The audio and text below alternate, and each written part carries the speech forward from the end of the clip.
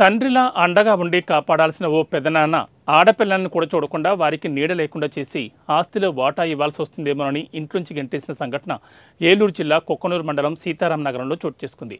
అన్నదమ్ములైన మోహన్ రావు, ముక్తేశ్వరరావు కుమారులు, కుమార్తెలు ఆందోళన దిగారు.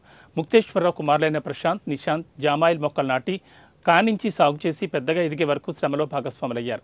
అనంతరం ఆ ఉమ్మడి పొలాల్లో వేసిన జామాయిలను నరికించి దొడ్డిదారిని తరలిస్తుండగా అక్కా చెల్లెలైన అన్వేషిణి, అపర్ణ, అనూషలు అక్రమంగా జామాయిలు నరికి తరలించాలని అడ్డుకున్నారు. చట్ట ప్రకారం మాకు వాటా ఇవ్వకుండా జామాయిలు తరలిస్తే ప్రాణత్యాగానికైనా సిద్ధమంటూ అమ్మాయిలు భీష్మించి కూర్చున్నారు. ఎంత జరుగుతున్నా సంబంధిత అధికారులు పట్టించుకోకపోవడం గమనార్హం.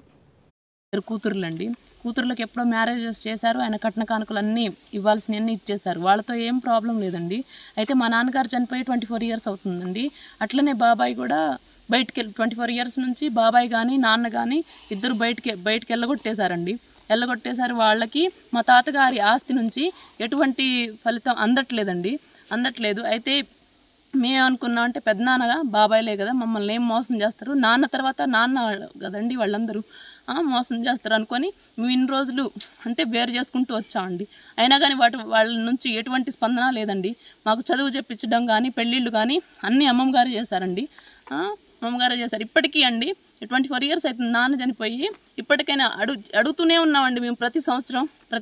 ప్రతిసారి కలిసినప్పుడల్లా అడుగుతున్నాం, అమ్మ మీ ల్యాండ్ ఎక్కడికి పోతుందమ్మా, మీకు ఇచ్చేస్తాం, మేము అట్లా మోసం చేయమమ్మా అని చెప్తున్నారు. కానీ అయితే మేము కూడా అనుకున్నాం మంచితనంలో తేల్చుకుందాం కానీ ఇట్లా గొడవలు ఎందుకు, అయినా గొడవలు పెట్టుకునేంత మా దగ్గర ఏం లేదండి.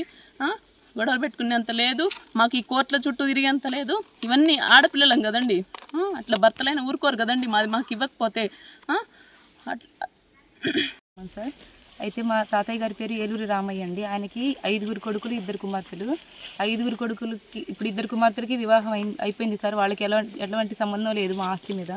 తర్వాత తాతయ్య గారికి 60 ఎకరాల భూమి ఉంది సార్. దానికి 5 కొడుకులు వారసులు సార్. అయితే 5 కొడుకులు వారసులు అయితే మా నాన్నగారు 2000 సంవత్సరంలో చనిపోయారు సార్. మా నాన్నగారు రెండో అతను, మా పెద్దనాన్న ఉన్నారు ఏలూరు వెంకటేశ్వర గారు. తర్వాత మూడో అతను ఏలూరు ముక్తేశ్వర గారు. ఆయన కూడా రీసెంట్గా చనిపోయారు సార్ ఈ ఇయర్లోనే. అయితే మా బాబాయిలు ఏలూరు శ్రీనివాసరావు, ఏలూరు రామకృష్ణ సార్.